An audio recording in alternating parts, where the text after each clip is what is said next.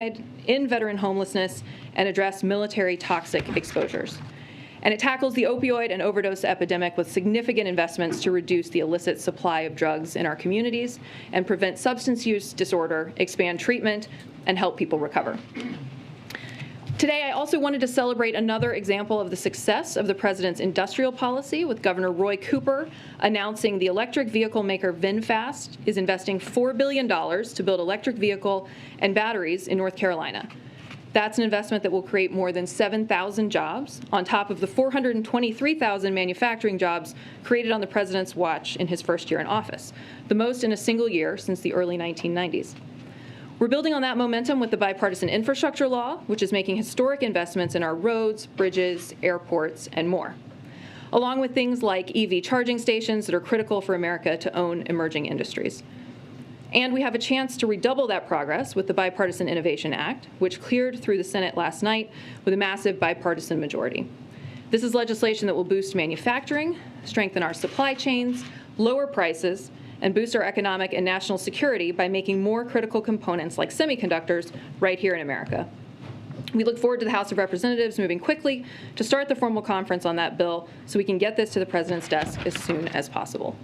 And with that, I'm happy to take your questions. Darlene, why don't you kick us off? Thanks, Kate, and welcome. Thank you. I wanted to follow up with one question on the readout from the president's call earlier today with the European leaders. Can you say if they spent any time at all talking about his comment that Putin cannot remain in power or should not remain in power?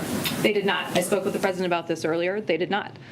They were incredibly aligned, however, and spoke to some of the key issues that we are focused on here, including supplying weapons to Ukraine, including increasing costs on Russia, continuing to increase sanctions, supporting stable energy markets, and, of course, the state of diplomatic negotiations. And obviously, the conversation today came on the heels of the president's successful trip to Europe last week, in which he stood with some of our European allies and announced efforts to redouble NATO forces on the eastern flank, to announce an additional $1 billion in humanitarian aid to Ukraine, and to continue to show incredible unity with our European partners and allies as we tackle this crisis in Russia. Second question, is there any comment or reaction to the FDA approving a fourth booster shot for people over 50? So this is a good thing, and it is a straightforward thing. The CDC and the FDA are now allowing and will make available booster shots, a fourth shot for people over 50 and for the immunocompromised. We have plenty of supply to ensure that those populations can receive these shots. But what I would say is that if at some point it becomes recommended that the full population requires a fourth shot, we're going to need additional funding. We're going to need the additional funding we've requested of Congress to be able to provide those shots for the broader population. But we do have the supply, and people will be able to go. People in those populations over 50 and up will be able to go and get those shots. Thank you. Mike Vinland. First, I wanted to ask about the talks that are happening underway in Turkey at the moment between the Russians and the Ukrainians. What is the White House's visibility into those discussions? And have U.S. officials seen any evidence to back up Russia's claims that they're pulling some of their forces back from Kyiv? Obviously, the president said he wanted to see what the Russians actually did versus what they say. Yeah. So we are in close contact with the Ukrainians and are supportive of their efforts to engage in diplomacy and to try to reach a ceasefire. We are prepared to be helpful however we can and are focused on putting Ukraine in the strongest possible position, both on the battlefield and at the negotiating table. We obviously continue to provide security assistance, to provide weapons, to ensure that they are able to push back on Russian aggression, and we continue to increase pressure on Putin and on Russia by imposing severe costs in partnership with our allies and partners. So we defer to the Ukrainians to discuss the specifics of the negotiations, but we are, of course, committed to a Ukraine that is sovereign, independent, and secure. And we are in constant conversation with the Ukrainian government and our allies and partners, but as always, we keep those conversations private. To your second question about Kyiv, obviously, and what we heard from the Russians today, you obviously heard the president address this and say that we'll need to watch and see if their actions meet their words. But I think we should be clear-eyed about the reality of what's happening on the ground, and no one should be fooled by Russia's announcements. We believe any movement of forces from around Kyiv is a redeployment and not a withdrawal, and the world should be prepared for a major offensive against other areas of Ukraine. Everyone should expect that we're going to continue to see attacks across Ukraine. Obviously, a key message that the president delivered on his trip to Europe last week was that we are in for a long slog, that our allies and partners need to remain, that our resolve needs to remain strong, and that we need to continue to execute on the strategy of inflicting significant cost on the Russian economy, and again, strengthening Ukraine on the battlefield and at the negotiating table. And Kate, on the subject of the president's remarks in Poland about President Putin, obviously yesterday he tried to suggest that there was a distinction between his personal views of what he thought was a moral outrage versus an official policy position on the part of the United States. But you know full well something that candidate Joe Biden said virtually every day on the campaign trail, which is that the words of a president matter, that they can, as he often put it, lead a country into war. Is he not living up to the standard that he set himself during the campaign? Absolutely not. I think the words of the president here were incredibly powerful. He spoke personally about the moral outrage that he felt, which is shared by people all across the world. It does not mean he is articulating a change in policy. It does not mean he's laying out a change in U.S. policy. He met with refugees, as again, many of you were on that trip and saw that firsthand some of the pain that Vladimir Putin has inflicted on people who are fleeing their homes and who are seeing their country war-torn. So this was an incredibly personal, powerful statement of moral outrage. It was not an articulation of a new U.S. policy. And I think both of those things can be and are true. And you spent some time with the president. Last question, Kate. Is he frustrated, or does he regret that those words at the very end of the speech overshadowed a larger message, which obviously he put a lot of thought into in the days leading? Absolutely not. He spoke from the heart. He, as he always does, as you know very well from having covered him for a long time, as many of you do, and as the American people know, he speaks from the heart. He says what he feels, and no, he absolutely does not regret that in any way. Justin Singh. Hey, Kate. Following on Darlene's question, will the president and vice president be receiving fourth booster shots, and do you have a sense of timeline on that?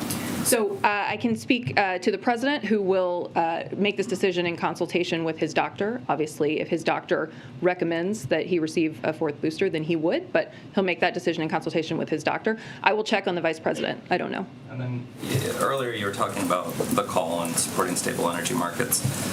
During the president's trip last week, there seemed to be momentum behind the idea of a coordinated strategic petroleum reserve release, and so I'm wondering if you can provide any update on whether that topic came up in the conversation today, or a time frame or outlook for that. I can only say that they spoke to the stability of energy markets writ large and the need to keep them stable. I don't have any specifics to preview in terms of any coming announcements. What I would say more broadly, of course, is that obviously President Biden is very focused on ensuring that we minimize fluctuations as much as possible at the gas pump and prices in general for American families. He is doing everything he can to combat Putin's price hike here at home. That's why we did the initial coordinated release of 60 million barrels from the Strategic Petroleum Reserve. And he will continue to focus on this, but I don't have any specific preview that I can give you at this time. And then last one, our friends over at the Journal yesterday reported that members of the Ukrainian peace negotiation team have exhibited signs of a potential poisoning. I'm wondering if that was something the U.S. has been aware of, tracking, and if you sort of ascribe responsibility to the Russians. So we are certainly aware. We are obviously alarmed by these reports, especially given the fact that this is something that historically has been in Russia's playbook. But I do not have any confirmation at this time, except to say that we are aware. Caitlin? Thanks, Kate. You just said, and the Pentagon is also saying the same thing, that any movement of forces in Ukraine, of Russian forces, is not a withdrawal but a repositioning. Is that based on intelligence, or what is that based on? That is based on the fact that we need to see what the Russians actually do before we trust solely what they've said. We saw from the outset that they made an aggressive push toward Kyiv at the beginning of this conflict, and we have no reason to believe that they have adjusted that strategy. Obviously, we continue to do everything we can to impose costs for this decision. We will continue to execute on our strategy. But as you heard the president say, we are not going to take their word for it. We're going to wait to see what their actions look like. And the British Prime Minister said today that they won't accept anything less than a full withdrawal of all Russian forces from Ukrainian territory. Does President Biden share that view that reduced military activity is not enough? Well, we are going to allow the Ukrainians to execute on these negotiations. It's not our role to begin the negotiation. Again, our role is to strengthen Ukraine on the battlefield, to try to strengthen Ukraine at the negotiating table by applying these sanctions and costs to Russia. But I'm not going to prejudge or predetermine an outcome for that conversation. And last question for you. Jared Kushner is set to testify before the January 6th committee on Thursday virtually. Has the White House had any communication with him about whether or not you're going to waive any executive privilege claims that he could make? So obviously the president has spoken to the fact that January 6th was one of the darkest days in our country's history, and that we must have a full accounting of what happened to ensure that it never occurs again. And he's been quite clear that they posed a unique threat to our democracy, and that the constitutional protections of executive privilege should not be used to shield from Congress or the public information about an attack on the Constitution itself. And so as a result, the White House has decided not to assert executive privilege over the testimony of Jared Kushner and Ivanka Trump. And have you communicated that to Jared Kushner's team, or is this? I won't speak to private communication between our attorneys and his. Thank you, Kate. Just sort of with Russia redeploying to focus on eastern Ukraine, what is your view on whether Russia should be allowed to retain control of the Donbass region? As you're aware, they have, just today said that, that is what their demand is. And I'm wondering if the U.S. has a formalized position on that.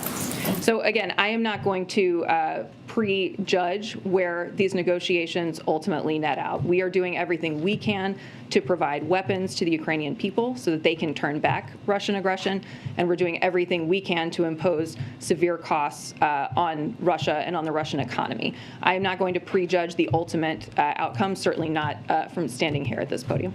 And just a quick question on the Deputy Treasury Secretary. He spoke a little while earlier and said there are more sanctions coming. This time they'll be focused on Russian supply chains. Are there any more details that you can potentially share with us on what that looks like and when that will happen? So I don't have additional specifics that I can provide in terms of announcements coming at this time, except to say more broadly, that certainly we have hit in concert with our allies and partners. We have hit very hard at the things that Putin cares about the most. We've degrading his military, access to cutting-edge technology, chipping away at his chokehold on energy, an ability to project power and influence. And of course, we will continue to intensify. And we're not going to run out of options anytime soon. There are plenty of things that we can do, including broadening sanctions to new targets, deepening the severity of sanctions that are existing. So I don't have any specifics to announce at this time, except to say that there are certainly other options should we decide to move forward with them. Can I quickly follow? Let me ask, just follow up on the January 6th committee. Liberals have suggested that they're disappointed with the way that the Justice Department under Attorney General Garland has approached the former president. How does the president feel about this question? The president has the utmost respect for the independence of the Department of Justice and does not have any comment on that. And so the sense here is that the president has confidence in the way the Justice Department has been handling all of these cases? Again, I'm not going to speak to specific handling of cases. Obviously, the president has full faith in Attorney General Garland to run his department the way he sees fit. Okay. Please. Hey, on the president and the coronavirus, you said there'll be consultations about a fourth shot. I wonder with the president's recent travel overseas, with several members of the White House staff coming down with coronavirus, are there any additional measures or medication, anything else that's being done to sort of protect the president's health and welfare? So, let me talk a little bit about some of the procedures and give you an overview of our policy here. So, the White House takes incredibly strong precautions in alignment and sometimes, as you all know, beyond CDC guidance to ensure that we're keeping a safe workplace, especially for the President of the United States. So all EOP, Executive Office of the President, employees who surround the President are tested on a regular cadence here on campus to screen for COVID. That is a step beyond CDC guidance to help lower the risk of COVID on campus. We do regular screening testing. The president's doctor determines if additional testing is needed in any given week in light of various considerations. So more specifically to your question, because of his travel this week, he will test in addition to his regular testing cadence. Everyone going into a meeting with one of the 4 principals is required to test ahead of time, and that's how we know about some of these positive cases in the first place. So for those employees who test positive, they're required to isolate in alignment with CDC guidance and must test negative before returning to work, which is also a step beyond CDC guidance. So we take every measure here to ensure that we are protecting the 4 principals and also protecting our staff and our workforce. But because of his travel, he will do some additional testing in addition to his regular cadence. Sure. Just to follow up, I want to make sure I'm clear. What about any medications? Is he taking any additional medications or any other treatments or anything like that? I understand about the testing and about we all get tested when we get near the president. But is there anything else? That's not something that I'm not going to get into private medical information from here, except to say that the president will receive additional testing as part of his cadence to ensure that he doesn't have COVID. Yeah, thank you. Just to follow up on that, when was he last tested? And I guess we presume he was negative because he's with the Prime Minister. Yes, I will get you the date. I want to say, I actually want to say it was yesterday, but because I think we announced it publicly yesterday. So I believe his last test was yesterday, and yes, it was negative. He said yesterday that he would be willing to meet with President Putin again or talk to him. I'm wondering what specific circumstances need to be met for such a meeting to take place? Well, I think he articulated pretty clearly that it would depend on what President Putin wanted to talk about. Now, I'm not going to set preconditions for a conversation between President Biden and President Putin, except to say that we have been very clear, and President Biden has been very clear, that there needs to be tangible de-escalation from Russia and a clear, genuine commitment to diplomacy before the president would have that kind of conversation. Yeah, and on the COVID funding, do you have any update? I know you say you need the money, but do you have any update on the negotiations? It seems like there are serious conversations happening up on the Hill. Do you have any sense of when or how this might be resolved? Are you more optimistic than you were last week, for instance? Well, we're continuing to push. I mean, this funding is important. It's going to be important to ensure that we are well funded in the event that another variant comes along or in the event that we see another wave that we need to be prepared for. So, we view this funding as really critical. We've been working with Congress, as you know well, for the last several months. They know that we need the funding to stay ahead of the virus. They're also aware of some of the specific details, like, for example, that already the uninsured fund has stopped accepting claims. And we've been forced to cut monoclonal supply to states by a third this week. So there are real tangible impacts to not having this funding. I think there is widespread agreement that funding for vaccines, tests, and treatments is urgent and critical. And we need to see this urgency from Congress, and we're going to continue to push. Thanks. Ukraine is now asking for security guarantees as part of these negotiations. What kinds of guarantees is the U.S. willing to provide to ensure Ukraine's sovereignty? So these are not specifics that I'm prepared to be able to announce from this podium. Obviously, we are working very closely with Ukraine on a wide array of options, things to help ensure their sovereignty and ensure their security. Now, some of that is providing the weapons that we're providing. Some of that is continuing to push on sanctions and costs on Russia. But I don't have any specifics to preview for you on any discussions about security guarantees. And on the concern over chemical weapons, with Russia now seeming to make some concessions and at least promising to reduce military activity, are you still as concerned that Russia could use chemical weapons, or is that threat seen as diminishing? We continue to prepare for every contingency. We obviously take seriously a wide array of potential options. There has been reporting in the public sphere over the last weeks about all the work that our teams are doing to prepare for eventualities. So I'm not going to rate the likelihood of one or another outcome, except to say that our teams are preparing for all eventualities. And the president has been very clear that we will respond with severe consequences, as we have responded with severe consequences to every action Russia has taken up until this point. And just a similar question with regards to China. Do you see Russia's promise to somehow pull back some of its forces as a sign that China is not willing to or will not be assisting them? So I don't have any updated guidance beyond what you all heard from Jake, for example, last week about us not having seen any evidence of China providing any sort of military assistance to Russia. Thank you, Kate. There are reports that the administration is going to require COVID vaccines for undocumented migrants at the southwest border, just as Title 42 is expected to end, and right after the fourth shot got FDA approval.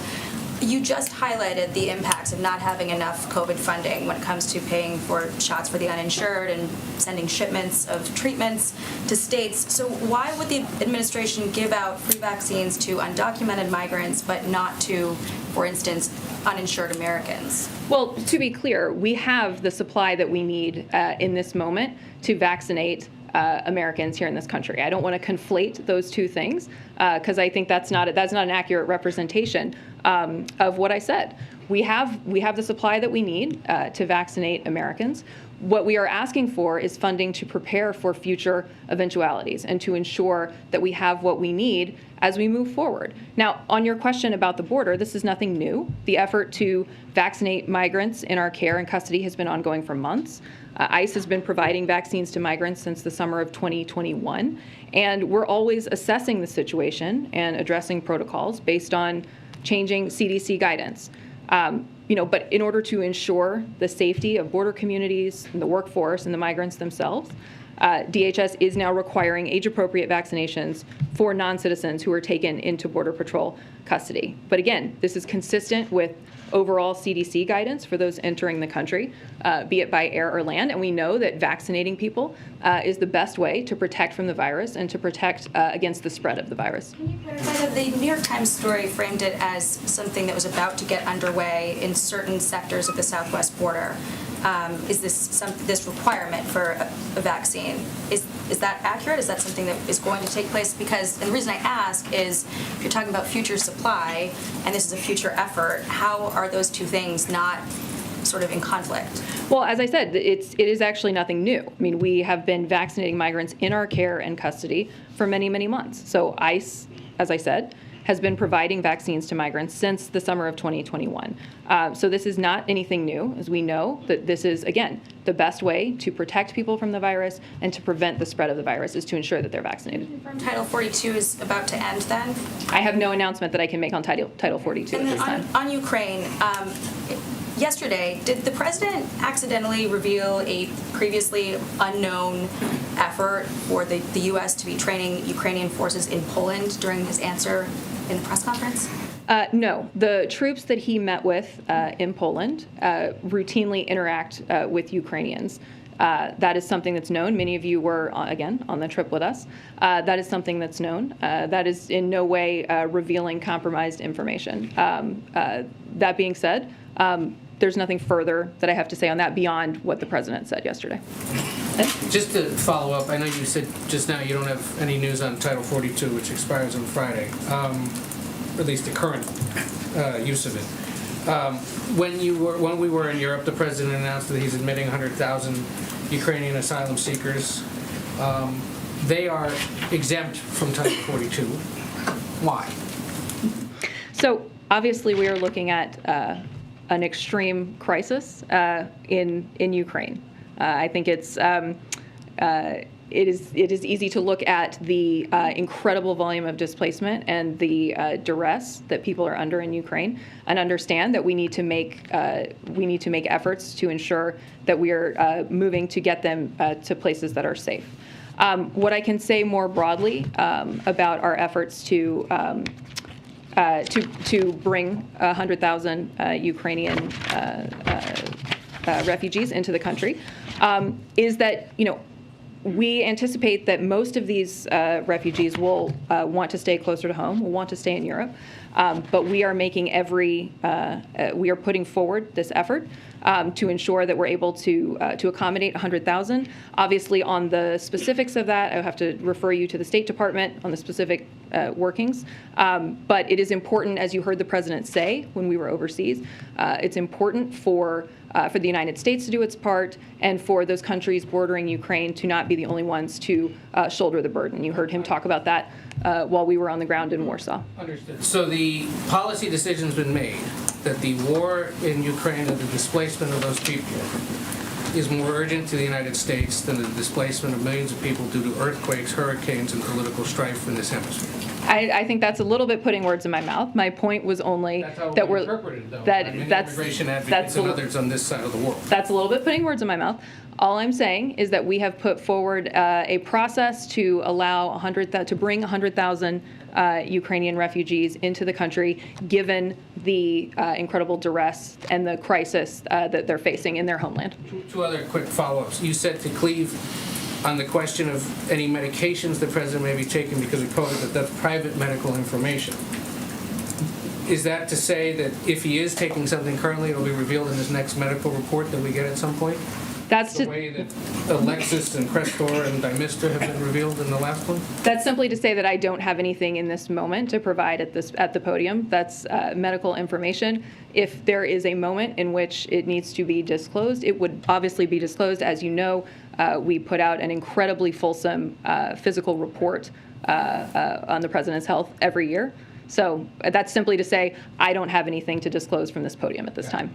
And then on the Trump logs that appear to have hours of information missing, has the January 6th committee asked this White House to try to find that information or implore the archives to dig deeper for them? Has the White House counsel's office attempted to help reconstruct that record at all? I would refer you to the archives on that. I don't have any additional information from the counsel's office at this time. Okay, Thank you, Kate. Two ones on Ukraine again, if I may. So the sanctions are obviously the stick. Is there some thinking already about what the carrot could be? Essentially, is there going to be some sort of schedule laid out, like you do this, this comes off, and a route map, I suppose, is what it's called. Well, I don't know that Russian activity at this time necessarily merits a carrot. We have been very focused on the stick. Again, I am not going to prejudge or lay down any contours of any ultimate negotiation. That is not our role. Again, our role is to strengthen Ukraine on the battlefield, strengthen Ukraine at the negotiating table. I'm not going to prejudge any of the what ultimately those diplomatic solutions may or may not look like. Okay. And just following up on your previous answer about the troops in Poland. Jen did say clearly last week there are no U.S. training programs for Ukrainians outside of Ukraine. Obviously not in Ukraine, but nowhere else either. I actually asked the question. That's what she said, no. So the president yesterday, and I've got his quote here, was very clear. He said when he had this chat with the U.S. troops, he said it was all about them helping to train the Ukrainian troops that are in Poland. So are they training them in Poland or are they not training them? Well, as I said, there is regular interaction between Ukrainian soldiers in Poland and the U.S. troops that the president saw on the trip. There's no further detail that I can add on that, except to say that there is regular interaction. As you saw, we were there near the border, and there's regular interaction between those troops that he saw and Ukrainians. Yes. Thanks, Dave. No, go ahead. Just to follow up on Russian oligarch Abramovich, who was photographed today during the peace talks. Does the U.S. have a clear idea what his role is during these talks? I don't have more to say from this podium about his role.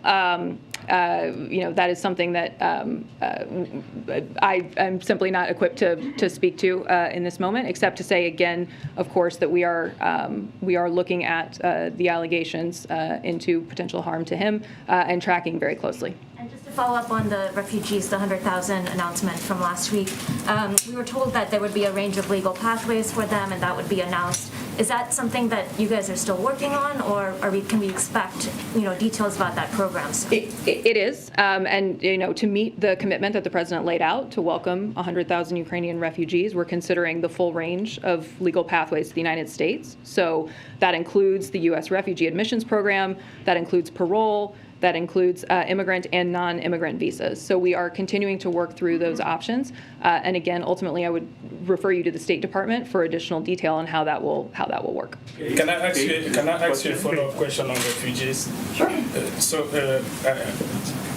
Many people have been advocating that what you are doing for Ukrainian right now is what you should also do for Ethiopian. As you know, tens of thousands of Ethiopians have been killed, millions have been displaced. Why not do the same thing that you do to Europeans, to African, to Ethiopian, and then to Cameroonian? And then one second question, I want to talk about Will Smith and Chris Rock. It's the biggest story right now.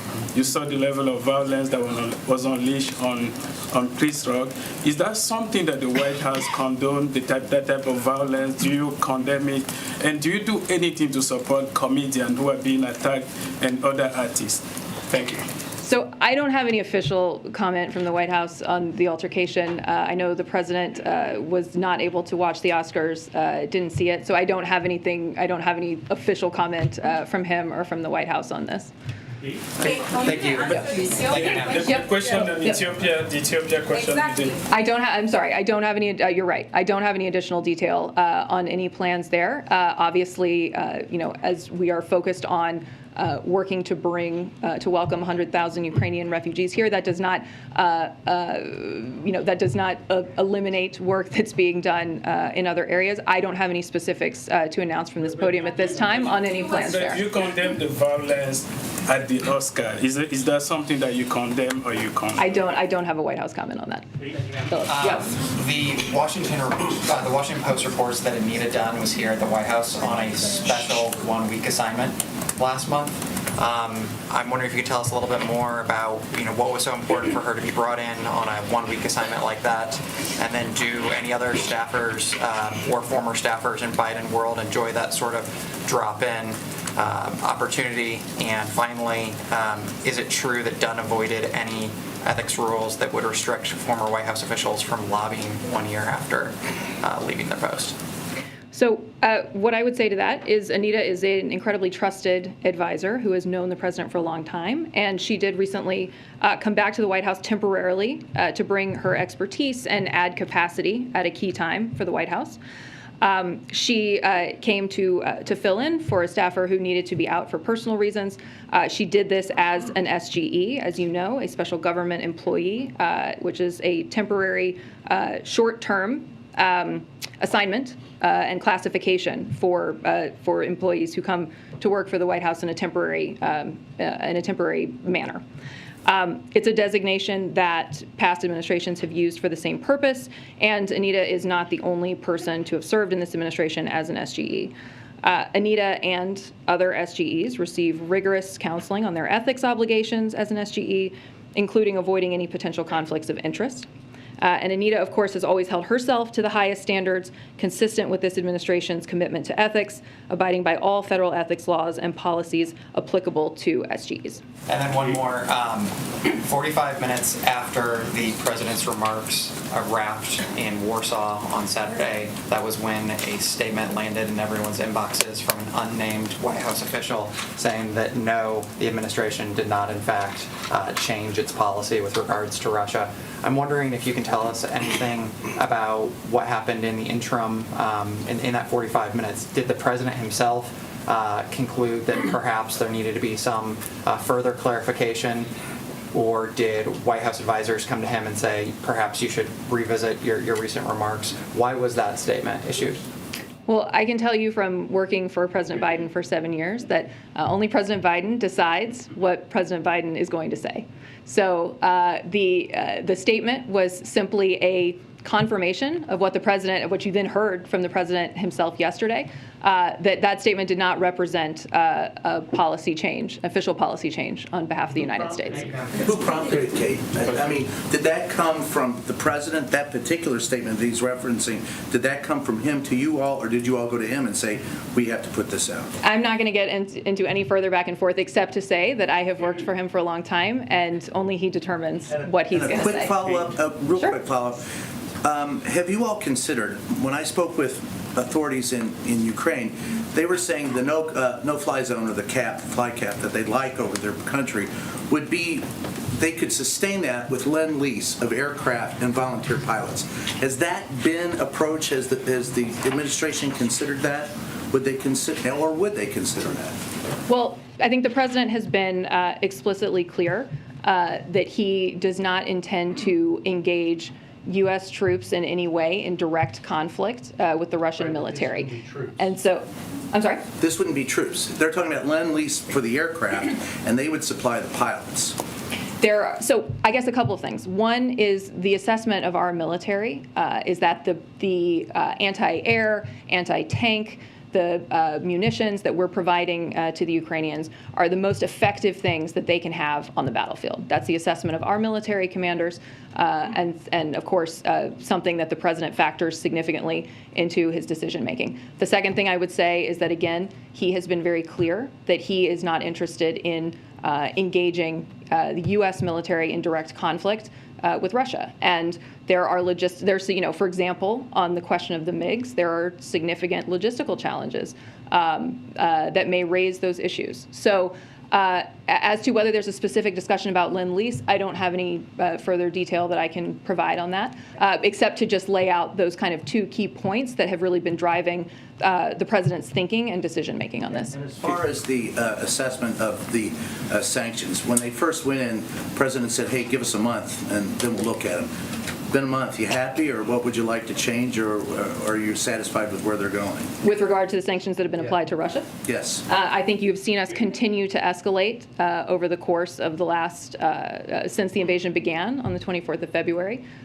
You've seen unprecedented costs inflicted on the Russian economy. I think, again, even just last week while he was in Europe, the president announced another round of sanctions in consultation with our allies and partners. So we continue to increase the pressure and to ensure that we are inflicting maximum cost on Russia for its aggression. So you're happy with it? I want to know, what will President Biden's response if Israel bombs Iran's nuclear reactors? I am not going to get into that kind of hypothetical, but thank you. Thank you for the question. Thank you, Kate. Yes. Hi. So there are reports that the administration is considering providing Ukraine with an additional $500 million in aid, and is pushing European countries to make the same sort of effort. Can you confirm or provide more details on that? So what I can say to that is we are in constant consultation with our allies and partners about continued aid to Ukraine, but discussion of a specific dollar amount, there's no discussion currently of a specific dollar amount. Thanks. Kate, two questions on Singapore. First question is the Prime Minister welcomed the Indo-Pacific economic framework. When will we see the exact plan, and will the framework need to be ratified by the Congress? So I don't have an update on timeline for you on that. I will be happy to come back to you with further information, but I don't have an update on when you can expect to see a timeline for that. I can certainly say that today's meeting between the two leaders demonstrated the strong security, economic, and people-to-people ties shared by the United States and Singapore, and President Biden looks forward to continuing to deepen those ties. And also in the joint statement, the U.S. and Singapore reaffirmed the right of freedom of navigation accorded by international law, including UNCLOS. Will the U.S. ratify UNCLOS under Biden administration? I don't have an answer for you at this moment, but I'm happy to get more information and come back to you on it. Thanks, Kate. I have a couple quick ones. I have a couple quick ones for you before we go. Following up on what Tarini asked you with regards to the refugee programs, it can take years for refugees to be able to be vetted to come into the United States. So does the White House have a sense of how quickly the Ukrainian refugees will be able to come to the U.S.? We're working to move as quickly as possible. I don't have a firm timeline that I can give you, but obviously we'll move as quickly as possible to bring in as many, up to that 100,000 as we possibly can. And after Florida Governor Ron DeSantis yesterday signed the state's parental rights and education legislation, Education Secretary Miguel Cardona said the administration would be monitoring its implementation to evaluate whether it violates federal civil rights law. Aside from monitoring the Florida law, is there any other actions that the White House plans to take? Well, both the president and Secretary Cardona spoke out very forcefully against the law. The president also put out a statement yesterday about the tragic impact of this kind of law on incredibly vulnerable population. And he said that, by signing this bill, the governor has chosen to target some of Florida's most vulnerable students and families, all while under the guise of parents' rights. So the Department of Education, as you noted, will monitor this law upon implementation to evaluate whether it violates federal civil rights law. And obviously, we will come back to you as we have more information on that. Thank you all very much. Appreciate it. Kate, former President Trump is having Save America rallies in which he decries the Biden administration. Do you have any response to that?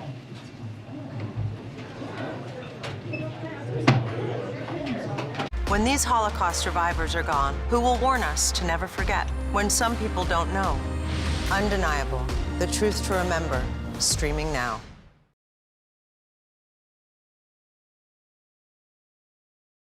An original CBS Reports documentary. Some Republicans are now accusing companies like Twitter and Facebook of targeting conservatives. They've had unchecked power to censor. I do not have access to my main Facebook account. I wasn't given an explanation. I was just like, what did I do? It's not okay to shut down my voice simply because it's not the same as yours. How those rules are enforced is something that the rest of us know very, very little about. The First Amendment protects all of us from the government limiting our speech.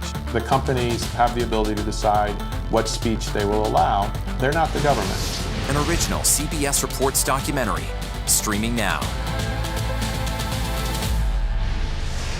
An original CBS Reports documentary. Oh my God, the truck is sinking. Devastating flooding has reached catastrophic levels. Rising sea levels are threatening America's coasts.